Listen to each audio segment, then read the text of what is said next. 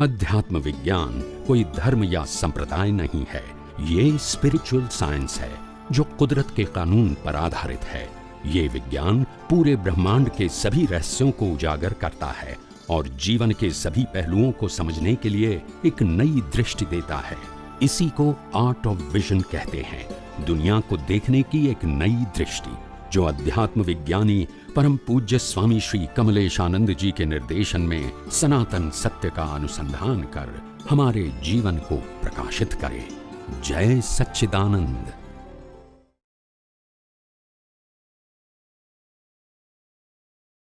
बुद्धि पर्यायोનું પ્રદર્શન એટલે દરેક વ્યક્તિ જે બોલે છે એ એની જે બુદ્ધિ છે એનું જે ડેવલપમેન્ટ લઈને આવ્યો છે એનું પ્રદર્શન છે। પ્રદર્શન એટલે એ પ્રોજેક્ટ કરે છે, એનું લેવલ ઓફ અન્ડરસ્ટેન્ડિંગ એ શું કરે છે? પ્રોજેક્ટ કરે છે। પ્રોજેક્ટને અમને પ્રદર્શન કીધું છે।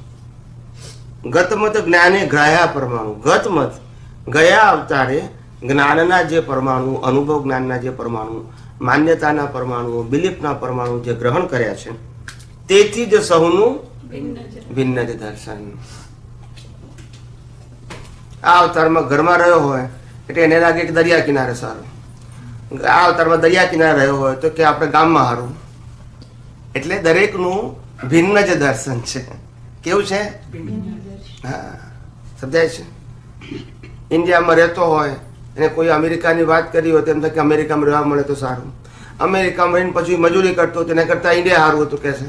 એટલે જેવા સંજોગ આવે એ પ્રમાણે ભાવ બદલે છે, અને ભાવ બદલાય એ પ્રમાણે કુદરત સંજોગો બદલે છે।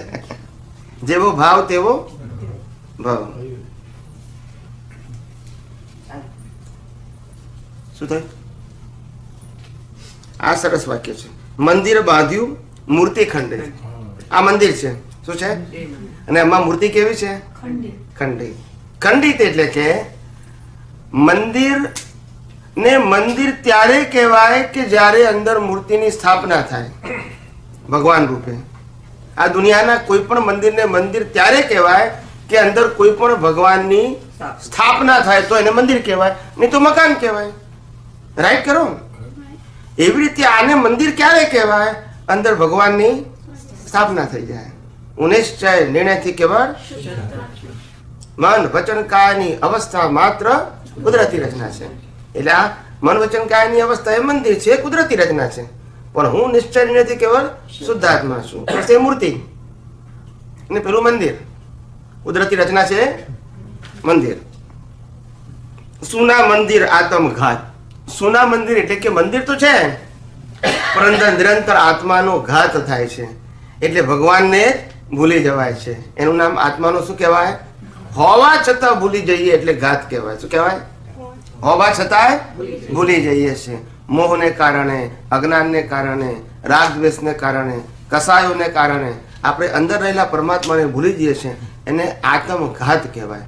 પોતે પોતાનો જ ઘાત કરે છે, પોતે પોતાના જ અસ્તિત્વને ભૂલી જાય છે। પોતે પોતાના જ અસ્તિત્વ છે એ છે એવું લક્ષમાં પણ રહેતું નથી, એટલે ઘાત થાય છે। સુના મંદિર આત્મઘાત। માત્ર જીવાત્મે અહમ અખંડિત, વેશ બદલતા ભવાઈ પાઠ। માત્ર જીવાત્મે અહમ અખંડિત, આ જીવોનો અહમ છે એ ખંડિત થતો નથી। વેશ બદલતા ભવાઈ પાઠ, આ અલગ અલગ પ્રકારના વેશ ભજવવાના આવે છે, એ બધા પાઠ છે। બધા શું છે? ભજવવાના પાઠ। વેશ એટલે મા બાપ બધું એક જ વ્યક્તિ છે, એને દીકરોય કહેવાય, પછી બાપે કહેવાય, પછી મામોય કહેવાય, હસબન્ડે કહેવાય, કાકો કહેવાય, ભાઈબંધે કહેવાય, પડોશીએ કહેવાય, પાર્ટનરે કહેવાય, ફ્રેન્ડે કહેવાય, બધું એક જ ને લાગુ પડે। નામ એક પણ રોલ અલગ અલગ। શું કીધું? એટલે આ બધા નાટકના રોલ છે બધા। શું છે? હા, અને રોલ પ્રમાણે આપણને બધી સગવડો મળે। ના સમજાયું? તમારે રાજાનો રોલ કરવાનો હોય તો એવું સિંહાસન મળે, મુગટ મળે, સમજાય છે કે નહીં? એવો ડ્રેસ મળે, બધું જ મળે, નોકર ચાકર બધું આજુબાજુ હોય। પણ જેવો રાજાના રોલમાંથી જેવો રોલ બદલાઈ જાય એટલે એ બધું પાછું જતું રહે। નાટક ખ્યાલ આવ્યો કે નહીં? ઘરમાં બાપાની સાથે હોય ત્યારે છોકરાને કે એ આમ કર નાખ, આમ કર નાખ, ત્યારે બાપા એવું કે બરાબર છે। પરણ્યા પછી ઘરવાળા 6 મહિના 12 મહિના પછી હડફેટે લે. શું લે?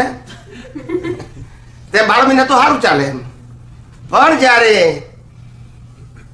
જમાઈરાજ તરીકે જાય ત્યારે રાજપાટમાં આવી જાય. જમાઈરાજ આયા કે છે એમને બેસવાની વ્યવસ્થા કરો, પાણી આપો. જમાઈરાજને શું ગમે છે? એટલે એક તો રાજપાટનો હોય. શું છે? આ બધા રોલ છે બધા. શું છે? માણસના અલગ અલગ રોલ છે. રોલ પ્રમાણેના સંજોગો કુદરત જ આપે. કોણ આપે છે? એટલે આ બધા નાટકના રોલ છે. બધા રોલમાં કોઈ જગ્યાએ સનાતન સત્ય નથી. એક રોલ પતી જાય એટલે પછી બીજો રોલ, પછી પતી જાય એટલે ત્રીજો રોલ, પછી પતી જાય એટલે ચોથો રોલ. તો કે છે કે આ રોલને મારે યાદ કરવા છે. ત્યારે જ્ઞાની કે છે મેલને ચાલ, જે પતી ગયો પતી ગયો, હવે આજે શું કરવાનું છે યાદ રાખ ને. પણ જૂના રોલ કાઢીને યાદ રાખે. ખ્યાલ આવે? ભૂલી જવાના રોલ બધા. રોલ એટલે ટેમ્પરરી. શું કીધું? રોલ એટલે એટલા પૂરતો જ હોય. આપણો ભાઈઓ આવ્યો હોય આપણો, ત્યારે આપણો ભાઈ સાથેનો વ્યવહાર કરવાનો હોય. પછી ભત્રીજો આવ્યો તો કાકા જેવો વ્યવહાર કરવો પડે.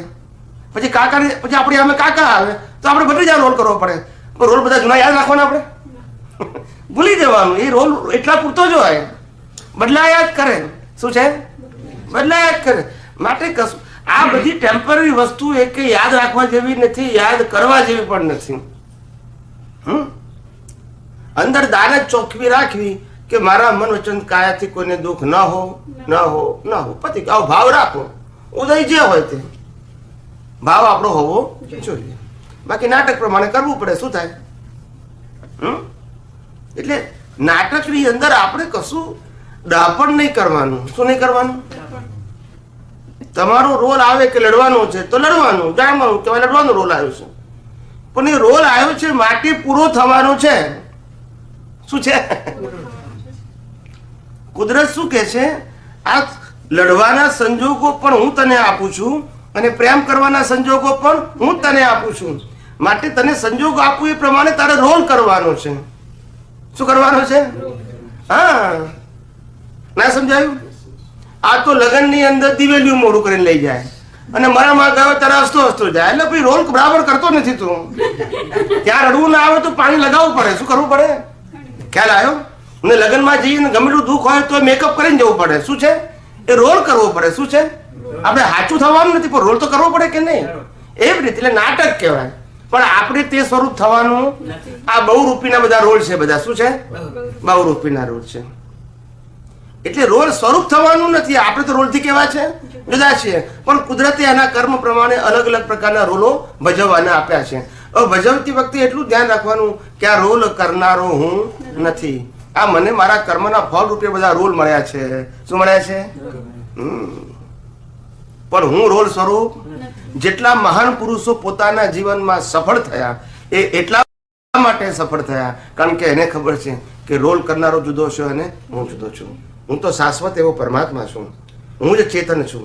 હું જ અવિનાશી છું. આના તો રોલ અલગ અલગ હોઈ શકે પણ આ હું નથી.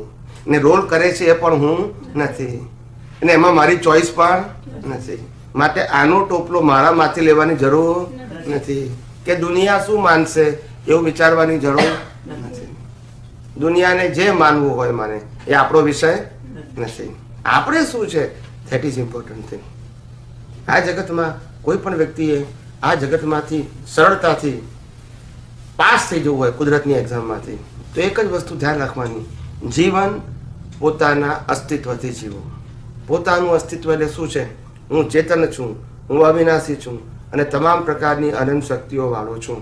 બસ આ જ મારું સ્ટેટસ છે. બાકી આ સ્ટેટસ અને આના આધારે પ્રાપ્ત થતા સંજોગો સાથે મારે કોઈ લેવા દેવા નથી. એ બધા રોલ છે અને રોલ પ્રમાણે કુદરત શક્તિ પણ. માટે એનું હેડેક મારે લેવાની જરૂર નથી. આ બુદ્ધિ વાપરી એટલે તો આ ઉપાધિ થાય છે. રોલની અંદર રાવણ અટ્ટો બતાવ્યો હોય. કેવો બતાવ્યો હોય? અને 10 માથા વાળો બતાવ્યો હોય ને રામ સિંગલ અડ્ડી હોય. કેવા હોય? પણ તો રાવણને જ માર ખાવો પડે. બુદ્ધિ નહીં વાપરવાની ત્યાં આગળ. ના સમજાયું? રાવણ એવું ચાલ નથી કે હું 10 માથા વાળો છું, આટલો તાકાત વાળો છું તો રામને ધીબી નાખું. એવું ના કરી શકે. કારણ કે તમે રોલ શું આપ્યો છે? રાવણનો. એટલે મારો જ ખાવાનો છે. એમાં તમારે બુદ્ધિ વાપરવાની ના. ખ્યાલ આવ્યો? ખ્યાલ આવ્યો કે નહીં? બીજું એક્ઝામ્પલ આપ. ના એટલે આ તો સિમ્પલ, આ તો વાત થઈ. એટલે એની અંદર જ્યારે આપણને સાસુનો રોલ હોય, વહુનો રોલ હોય, દીકરીનો રોલ હોય, તો રોલ પ્રમાણે તમારે બિહેવ કરવાનું છે. શું કરવાનું છે? તમે દીકરી હોય ત્યારે તમે દીકરી તરીકે રોલ કરવાનો છે, માની સાથે કે બાપ સાથે. હસબન્ડ હોય ત્યારે વાઇફનો રોલ કરવાનો છે. આપણો દીકરો હોય, દીકરી હોય ત્યારે માનો રોલ કરવાનો છે. એ રોલ છે, આપણે નથી. આપણે શુદ્ધાત્મા છે અને એને રોલ કરવાનો છે. હવે બધાને શું લાગે કે બધા સાથે સરખો વ્યવહાર કરો. અરે કેમ આવું બોલાય? બોલાય એવું? બધા સાથે અલગ અલગ હિસાબ હોય, અલગ અલગ વ્યવહાર હોય, એ જ પ્રમાણે થાય. અંદરની ભાવના બધા માટે એક જ હોવી જોઈએ, કોમન, કે પ્રાપ્ત ઉન્મોચન કાયાથી કોઈ પણ જીવને કિંચિત માત્ર દુઃખ ના હો. એ કોમન ભાવના હોવી જોઈએ. માં ઇન્ડિવિડ્યુઅલ જરૂર નથી, પણ રોલ તો બધાના કેવા હોય? અલગ અલગ હોય. ફાધર મધર કડક થઈ જાય ખોટી બાબતમાં તો એ સાંભળવું પડે. ખ્યાલ આવ્યો? અને છોકરાઓ સાચું કરતા હોય પણ આપણને બરાબર લાગતું હોય તો ખગડાવાય પડે. એ રોલ અલગ અલગ છે. અહીંયા દીકરાનો રોલ છે ને અહીંયા બાપનો રોલ છે. બેના રોલની અંદર નાટક કેવું હોય? જુદું હોય, હરખું ના હોય. સમજાય છે? ફાધર આપણને ના ગમતું કે તોય સાંભળવું પડે, કારણ કે રોલ આપણો દીકરાનો છે, બાપનો નથી. અને આપણે જયારે બાપનો રોલ કરતા હોય તો દીકરા ના ગમતું હોય તો ખગડાવવો પડે, કારણ કે બાપનો રોલ છે. એટલે રોલ પ્રમાણે હોય. શું છે? બધે હરખું હોય નહીં. પણ આપણે જાણવું કે આ નાટક છે, કેવું છે? આ પતી જાય પછી બીજો રોલ આવશે. પણ નાટક કેવું છે? સંજોગાધીન છે. હું કરું છું એવું માનવું નહીં. કુદરતે કર્મના આધારે મને રોલ આપ્યો છે. મને રોલ આપ્યો હોય કે તમારે સરહદમાં ચોકી કરવાની છે, તો મારે મારવો પડે ને, દુશ્મન આવે તો. પછી આપણે એમ કહ્યું ના ભાઈ મારે તો અહિંસા પરમો ધર્મ, તો ચાલે? ના ચાલે. હા, તારો રોલ જ એ છે ભાઈ. ત્યાં ઉદ્ધારમાં જતો. એટલે કહેવાનો મતલબ રોલ છે, એ રોલને રોલ તરીકે જ જોવાનું, રોલના કર્તા તરીકે નહીં જોવાનું. કુદરતે આપણને રોલ આપ્યો છે, એ રોલ ભજવવા માટે આપ્યો છે, પછી યાદ કરવાનો નહીં.